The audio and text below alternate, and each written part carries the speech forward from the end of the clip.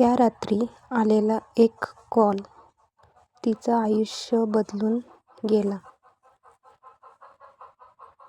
कधी-कधी चुकीचा नंबर आपल्याला बरोबर माणसापर्यंत पोहोचवतो. सायली एक साधी मुलगी होती. तिचं कॉलेज संपलं होतं. घरच्यांच्या अपेक्षा, भविष्याची चिंता सगळं डोक्यात चालू होतं. एका रात्री ती तिच्या खोलीत बसली होती. बाहेर हलका पाऊस पडत होता. अचानक तिचा फोन वाजला. Unknown number. ती थोडा वेळ स्क्रीनकडे पाहत राहिली आणि कॉल उचलला.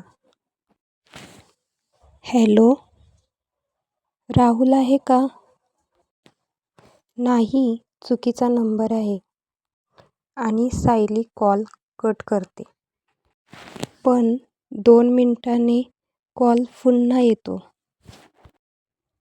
सॉरी, पण तुमचा आवाज खूप छान आहे. सायली थोडी चिडते, पण नकळत हसू येतं. रोजचा कॉल सुरू झाला. सकाळचा मेसेज, रात्रीचं गुड नाईट.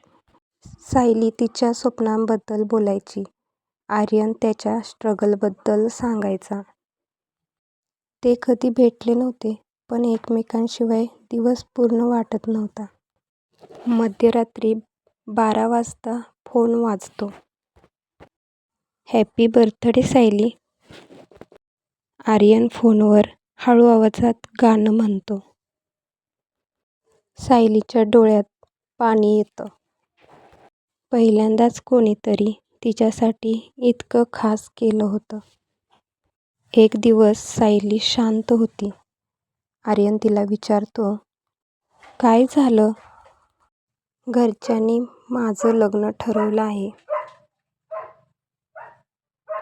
फोनच्या त्या बाजूला काही सेकंद शांतता होती. आर्यन फक्त एवढंच म्हणतो, जर तू खुश असशील तर मी दूर जाईन. सायली रडू लागते. खरं प्रेम कधीच स्वार्थी नसतं. लग्नाच्या आधीचा दिवस. सायली म्हणते, एकदा भेटशील? रेल्वे स्टेशनवरती पाऊस पडत होता. पहिल्यांदाच ते एकमेकांसमोर उभे होते. दोघांच्या डोळ्यात पाणी होतं. जर आयुष्याने दुसरी संधी दिली तर मी फक्त तुलाच निवडेन. आर्यन हसतो आणि म्हणतो, मी वाट बघेन त्या दिवसाची.